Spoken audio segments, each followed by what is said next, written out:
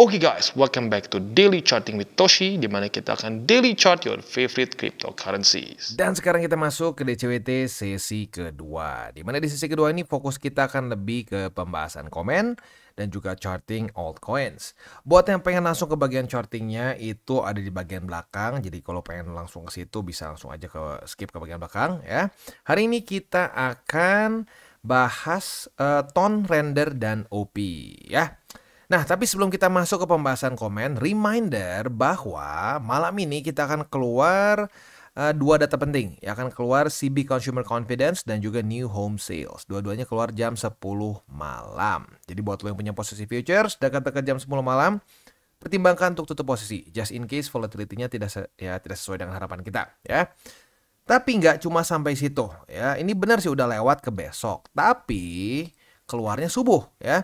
Jadi nanti jam 2 malam akan ada FOMC meeting minutes. Nah, jadi ini juga siap-siap bisa ada possibility mengguncang market dengan lebih kuat lagi ya.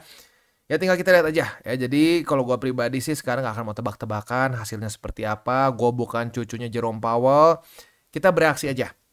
Nanti marketnya ada setup ya kita buka. Kalau nggak ada setup ya jangan dipaksa gitu ya. Tapi intinya ingat jam 10 malam, jam 2 subuh akan ada possibility terjadi extra volatility begitu ya. Oke, langsung aja kita masuk ke pembahasan ini ya. Sebentar sebelum komen ada satu lagi. Bitcoin Dominance, gue nyaris lupa ya. Untuk Bitcoin Dominance hari ini mulai ada perlawanan dari Bitcoin ya.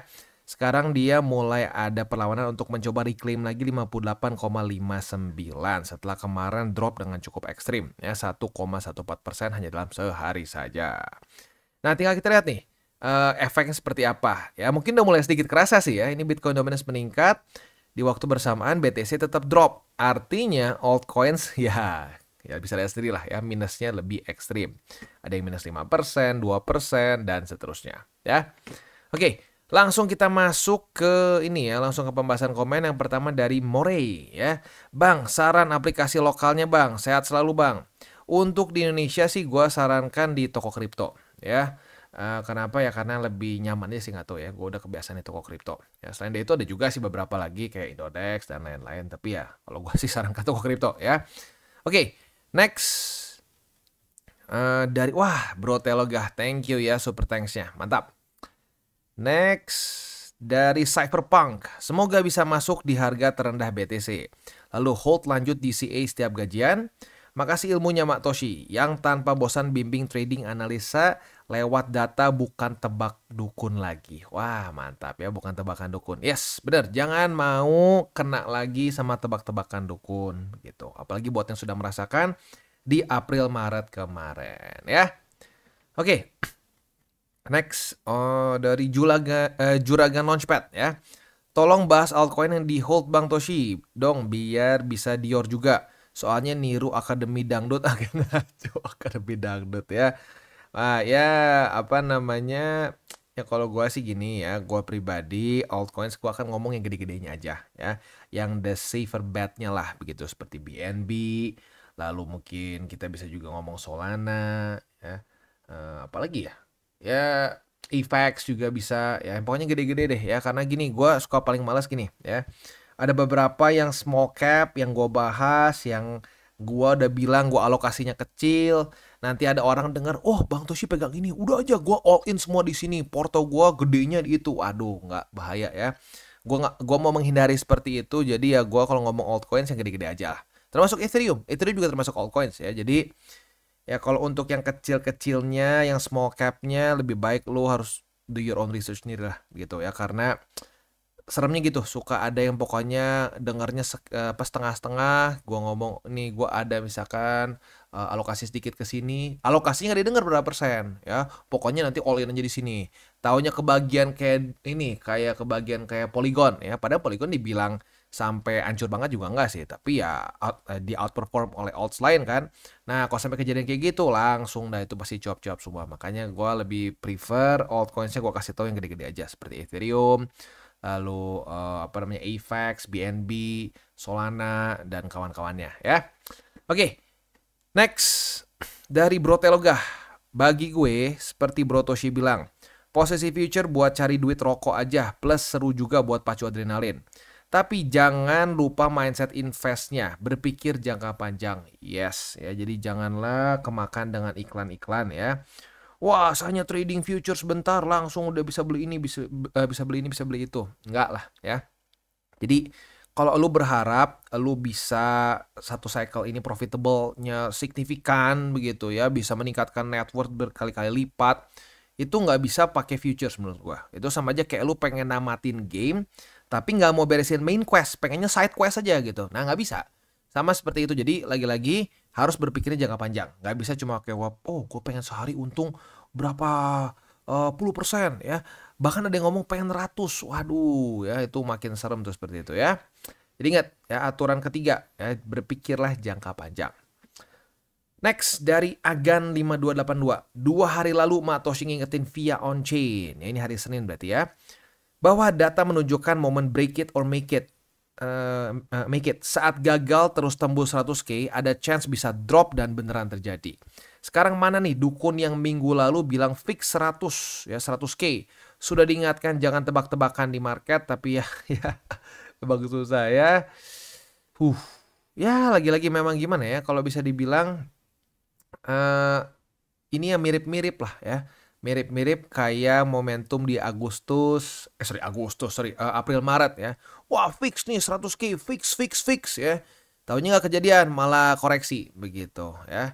Ya jadi ini sekali lagi adalah contoh kasus janganlah kita tebak-tebakan begitu. Udah berapa banyak sih yang kemakan begitu. Kayak pembahasan kita tuh kemarin sama hari ini itu total sekitar 1 miliar USD. Bukan rupiah ya.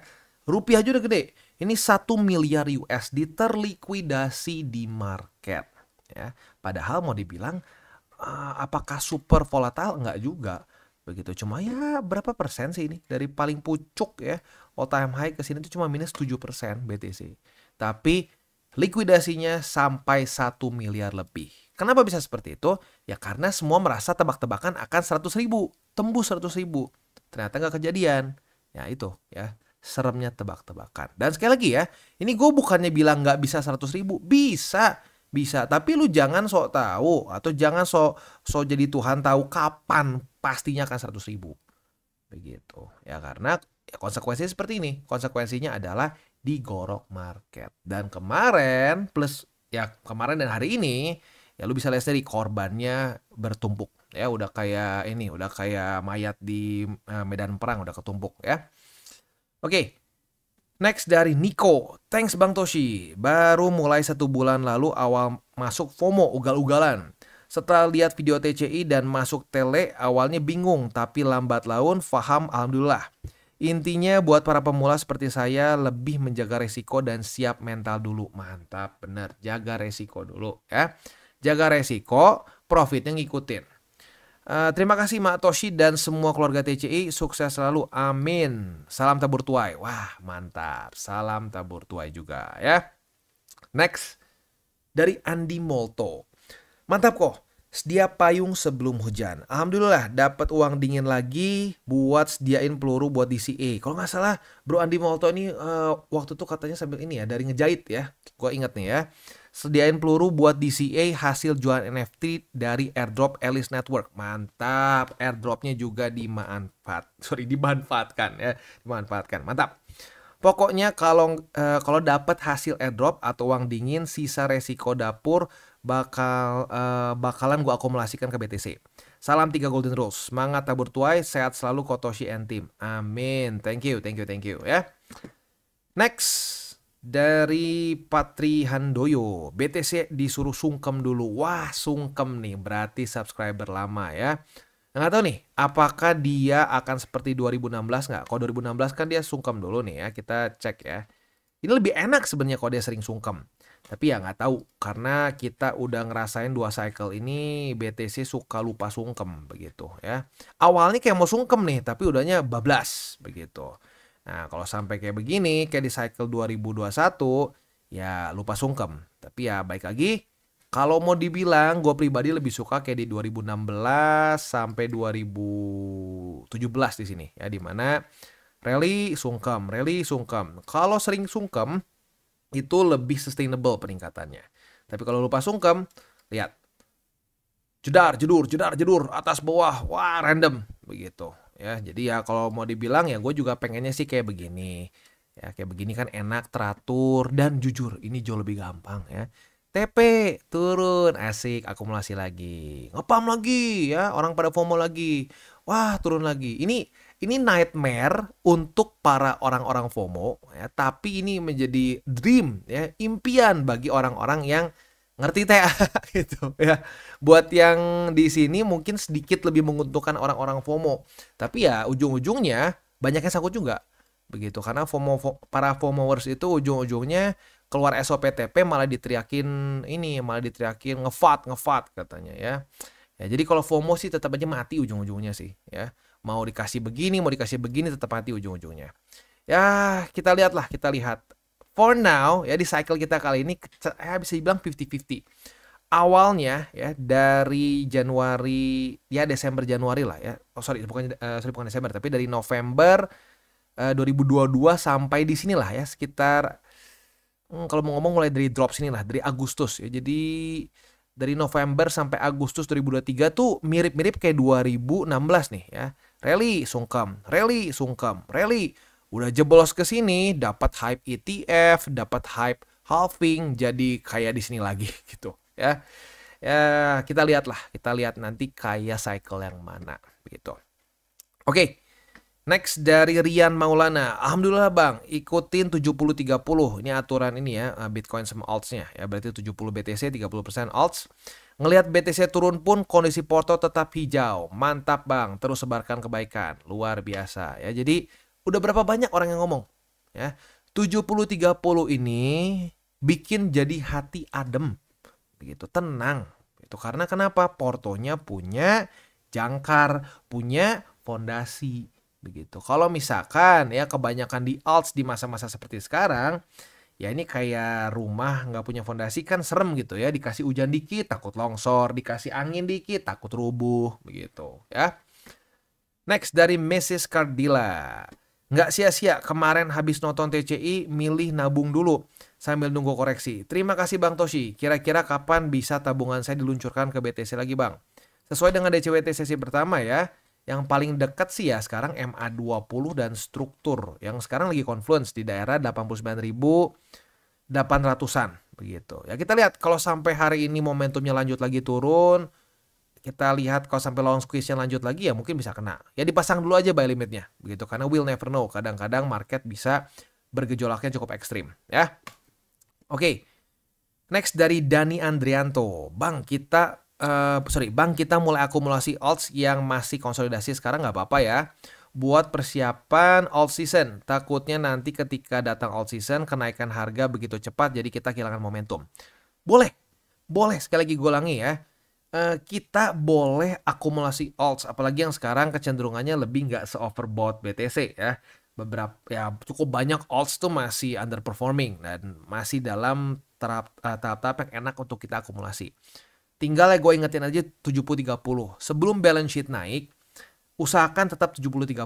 Supaya apa? Supaya BTC tetap menjadi fondasi gitu. Ya, jadi di TCI itu bukan kita bilang nggak boleh pegang alts ya dan nggak boleh akumulasi. Boleh. Gue pribadi pun terus melakukan akumulasi.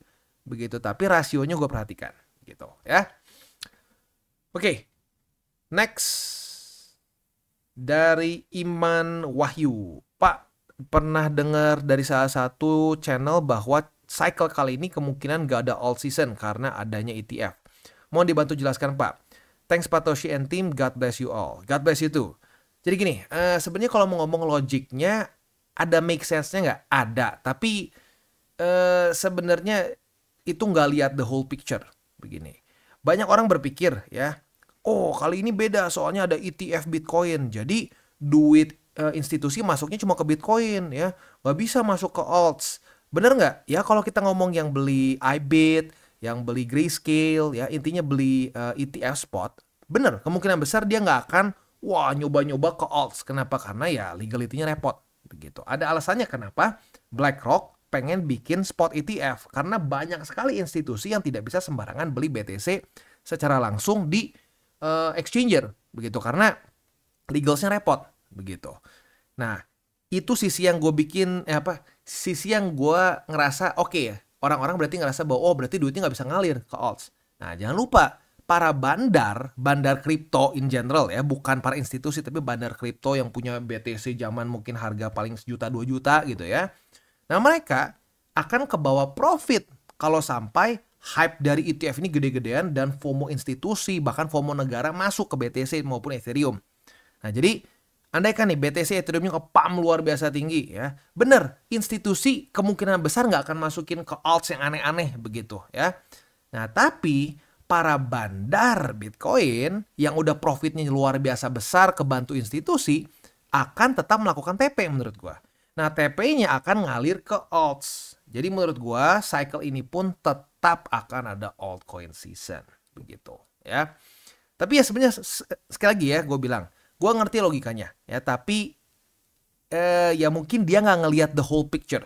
Dia nggak mikir bahwa oh bandar kan tetap ada. Dari cycle-cycle sebelum kan bandar Bitcoin selalu ada. Nah, bandar Bitcoin ini juga diuntungkan oleh si institusi. Nah, untungnya yang makin besar ini akan membuat ya mungkin altcoin season di kali ini pun akan jadi lebih gurih lagi, lebih gila lagi gitu ya. Oke, ini pertanyaan bagus nih. Gue suka dari Bro Iman ya. Mantap. Next dari apa nih bacanya? Zoe ya. Adanya Black Friday atau apapun itu nggak peduli mau pump atau dump tetap gas, hold dan konsisten DCA. Mantap ya, gue suka nih ya Zoe ya. Kalau pump ya alhamdulillah. Kalau dump ya tinggal tambah muatan buat tahun depan. Luar biasa ya, ini berarti cara berpikir TCI-nya udah benar-benar diserap dengan baik nih oleh ini bro atau sis ya Zoe ya. Karena pandangan saya jauh ke tahun depan, jadi nggak peduli sama volatilitas saat ini. Toh juga nggak mungkin turun sampai 0. Ya, ini kayaknya nggak pakai persentase 0 ya. DCA uang dinginku nggak akan tergoyahkan oleh market yang naik turun saat ini. Thanks Matoshi atas arahannya. Saya newbie, salam tabur tuai. Luar biasa, newbie yang sudah mengadopsi cara berpikir TCI ya. Enak, nggak stres ya. Turun, puji Tuhan dikasih diskon. Naik, asik. Porto gua DCA kemarin profit. Ya kayak gitu, ya nggak usah distresin ya. Luar biasa. Next. Dari Machine Gewehr. Oh, ini kayaknya lu salah eja ya. Kalau lu ini bahasa Jerman ini kan Maschinen Gewehr tuh artinya machine gun ya, walaupun kalau secara harafiahnya machine itu machine, Gewehr tuh rifle sebenarnya ya. Jadi harusnya sorry jadi side track ya, Maschinen Gewehr harusnya ya. Masalahnya aku beli di pucuk. Waduh. Ya sudah. Itu namanya jadikan saja pembelajaran begitu ya. Soalnya gimana, udah nanggung, udah beli di pucuk begitu kan. Ya gua harap sih nggak pakai duit panas ya. Dan ya gua harap sih nggak all in ya. Karena aduh kalau all in ya jadi kacau. Tapi biasa aja kalau di pucuk suka all in nih. Ya semoga enggak ya. Untuk Bro Maschinen Gewehr, 42 ya. Ini kalau bahasa Jermannya itu ya. Oke, beres ya. Ya jadi gini sih. Gua pribadi pernah ngerasain kok. Gue yakin semua ya. Orang-orang pernah ngerasain beli di pucuk begitu. Nah, tinggal pertanyaannya, lu setelah beli di pucuk mau belajar untuk salah nih beli di pucuk. Ada yang salah, kenapa gue bisa sampai beli di atas ini? Nah, lu mau nyari tahu nggak kesalahannya apa? Begitu. Kalau nggak mau nyari tahu ya ujung-ujung jadi berantakan. Begitu aja sih ya. Jadi untuk Bro Maschinen Gewehr ya bisa pelan-pelan belajar di DCWT sesi 1, sesi 2. Kita sering banget bahas dan ya mungkin kalau ditanya juga, Bang, kenapa Bang lu suka mengulang beberapa hal penting nih? Ya, beberapa hal yang kayak lu sering ulang-ulang. Kenapa? Karena itu penting. Dan banyak para newbies yang benar-benar masih nol. Nah, cara paling mudah adalah ya repetisi gitu ya. Cara paling mudah sekali lagi gue ulangnya adalah repetisi. Maka dari itu ya gue terus ulang hal-hal yang sangat penting dan sangat mendasar gitu ya. Oke, beres. Sekarang kita akan masuk ke buy limitnya. Tetapi sebelum kita masuk ke buy limit, seperti biasa gue akan disclaimer dulu bahwa semua konten dari TCI bukanlah financial advice. Ini semua bentuknya adalah edukasi. Lalu bagaimana cara untuk mendukung TCI? Ada banyak caranya. Lu bisa like our video, bisa share our video, atau juga bisa menggunakan link referral kita di bawah. Dan sekarang kita akan dengar dulu pesan-pesan dari sponsor kita pada hari ini. Oke, today's video is brought to you by Gate.io, di mana sekarang sedang berjalan event startup mining ya. Lebih tepatnya bukan event sih, ini adalah salah satu produk yang ditawarkan oleh Gate.io untuk semua para penggunanya. Nah, jadi kalau mungkin kalau kita bandingkan nih paling mendekati itu ke Launchpool. Tetapi kalau di Launchpool biasanya itu harus menggunakan token spesifik milik dari exchange tersebut. Nah, di sini enggak. Di Gate.io lu bisa menggunakan Ethereum ya, lu bisa men-stickkan Ethereum lo dan lu bisa mendapatkan hadiah yaitu sekarang AAX. Nah, untuk AAX ini sendiri adalah suatu project yang fokusnya di DAO dan juga di Web 3.0, social education. Nah, tetapi fokus mereka ini bukan fokus, tapi lebih tepatnya mereka ini ada di blockchain Solana gitu. Nah, lo bisa dapatkan ini hanya dengan lo menstakingkan Ethereum lo, as simple as that. Jadi untuk para sultan Ethereum boleh pertimbangkan untuk mengikuti startup mining dari Gate.io ya. Karena waktunya masih ada lumayan nih untuk buat lo yang pengen ikutan. Dan tentunya akan semakin banyak juga event-event lain yang akan ada di Gate.io. Contohnya kemarin itu sempat ada Bitcoin all time high celebration, di mana kita bisa deposit and trade dan poolnya, yaitu si price poolnya lebih tepatnya, itu mencapai 25.000 USD ya. Nah, semakin besar liquidity tentunya akan semakin banyak event. Jadi buat lo yang belum punya akun di Gate.io boleh pertimbangkan untuk menggunakan link referral kita di bawah dan mulai trade di Gate.io. Kita mulai dengan ton. Untuk ton posisi short kita kena target TP. Asik ini ya, luar biasa ton ya. Posisi long kita profit, retest 1, retest 2 kena MA 200. Kemarin kita sudah panen profit sebesar 3,53%. Hari ini ya kita juga ada setup yang basically tinggal dibalik logikanya. Retest 1, retest 2 di MA 200, kita kebuka posisi short. Nah, mantap ya. Atas kena, bawah kena ya. Profit 3%-an lah kurang lebih atas bawah ya. Ya jadi lagi-lagi ada SOP ya. Ya tinggal buka. Begitu. As simple as that sebenarnya. Nah, Bang, mungkin baru pengen nanya, Bang, ini boleh buka long lagi nggak? Sebenarnya sih kalau gua nggak terlalu suka seperti itu. Karena kenapa? Karena sudah terjadi retest 1, retest 2. Ini retest ketiga. Retest ketiga itu seringkali nggak sebagus kalau cuma retest 1, retest 2. Kenapa bisa kayak gitu? I don't know. Gue ngelihat berkali-kali lebih sering seperti itu. Maka dari itu, kalau udah kena target TP sih ya gue nggak maksain lagi buka posisi long. Tapi buat lo yang kebuka ya dan udah bukan kebuka, buat lo yang sudah buka posisi long, ya sudah. Ya biarkan aja, tinggal target TP-nya di MA 200 begitu ya. Tapi ya lagi-lagi setup seperti itu, retest ketiga adalah setup posisi futures yang lebih beresiko menurut gua ya. Oke. Untuk posisi spotnya udah kena harusnya nih ya di 5,965. Lalu di sini tuh selanjutnya ini sebenarnya Bollinger Band mau dipakai, tapi jujurnya sejarahnya buat alts nggak terlalu nggak terlalu ekstrim ngaruh. Jadi langsung aja loncat ke struktur di angka 5,53 dan di MA50 di angka 5,235 ya. Next kita masuk ke render. Untuk render kita sayangnya nggak dapet setup. Ini literally kayak dikerjain rasanya ya. Jadi ini kan struktur support dan resisten. Kemarin sempat mantul di sini ke reject tapi nggak dapet. Oh sorry, kalau untuk posisi shortnya dapat sini ya udah profit. Nah tapi sekarang kita nggak bisa buka posisi long karena kemarin tidak terjadi retest pertama. So kita tunggu besok. Kalau sampai besok render daily close-nya masih di atas dari 7,34 ya baru kita pertimbangkan limit. Ya tapi ya kita lihat dulu besok lah di atas atau enggak. Kalau di atas ya berarti ada, kalau enggak ya berarti tidak ada setup lagi ya. Oke, langsung loncat ke spot. Untuk spotnya buy limit pertama sudah kena di 7,34. Lalu buy limit kedua di MA 20 6,9 dan buy limit ketiga di 6,589